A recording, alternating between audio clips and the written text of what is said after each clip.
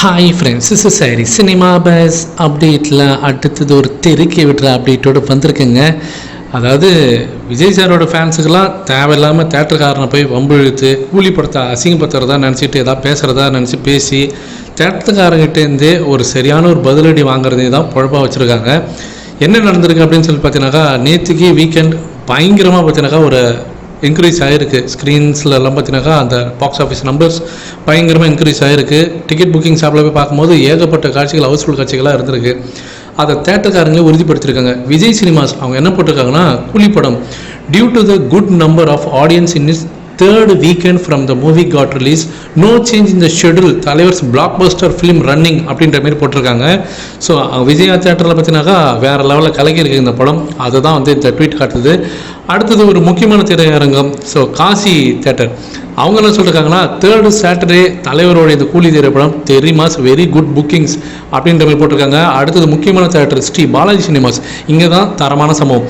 அவங்க வந்து என்ன போட்டிருக்காங்க, அவங்க டேரெக்டாக ஹேட்டர்ஸை அட்டாக் பண்ணி ஒரு ட்வீட் ஒன்று போட்டிருந்தாங்க.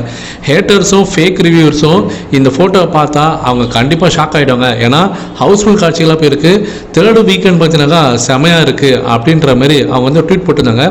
அந்த இடத்துல விஜய் சாரோட ஃபேன் ஒருத்தர் வந்து போட்டுக்கிற, வீக்கெண்ட்லாம் நல்லா தாங்க புக் ஆகும், வீக் டேஸில் காற்று வாங்கினதுக்கு தேட்டரில் உங்கள் ஊரில் பார்த்தீங்கன்னாக்கா சில ஷோஸ் வந்து நீங்கள் வந்து கேன்சல் பண்ணிட்டீங்க நான் கேள்விப்பட்டேன், ஹின்னு சொல்லிட்டு ஸ்மைலி போட்டு சிரிச்சிருக்காரு. அதற்கு ஸ்ரீ பாலாஜி சினிமாஸ் என்ன ரிப்ளை பண்ணிருக்காங்கன்னா, தம்பி வீக் டேஸ்லேயும் நல்லா டீசெண்டான ஆக்குபன்சி தான், அதுவும் ஃபேமிலி ஆடியன்ஸ்லாம் வருது எங்களால் கண்கூடாக பார்க்க முடியுது வீக்கெண்ட்ஸில். அது இல்லாமல் ஒரு முக்கியமான ரீசன், வெட்னஸ்டே அன்றைக்கி நீ சொன்னது உண்மை தான், ஒரு ஷோ நாங்கள் வந்து கேன்சல் பண்ணோம். ஆனால் எதற்குனாக்கா நாங்கள் சரௌண்டு ஸ்பீக்கர்ஸை வந்து சேஞ்ச் பண்ணோம், அதேமாரி டெஸ்டிங் பண்ண வேண்டிய தேவை ஏற்பட்டது எங்களுக்கு.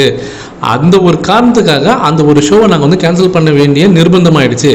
மற்றபடி இந்த படம் ஒழுங்காக பர்ஃபார்ம் பண்ணலனாக்கா இவ்வளோ நாளுக்கு நாங்கள் ஸ்க்ரீன் பண்ணணும்னு அவசியமே கிடையாதுரா அப்படின்ற மாரி அவங்க வந்து தரமான ஒரு பதிலடி கொடுத்துருந்தாங்க. ஸோ இது தேவையில்லாமல் வந்து வாயை கொடுத்து புண்ணாக்கிக்கிறது இதுதான்றது போல்.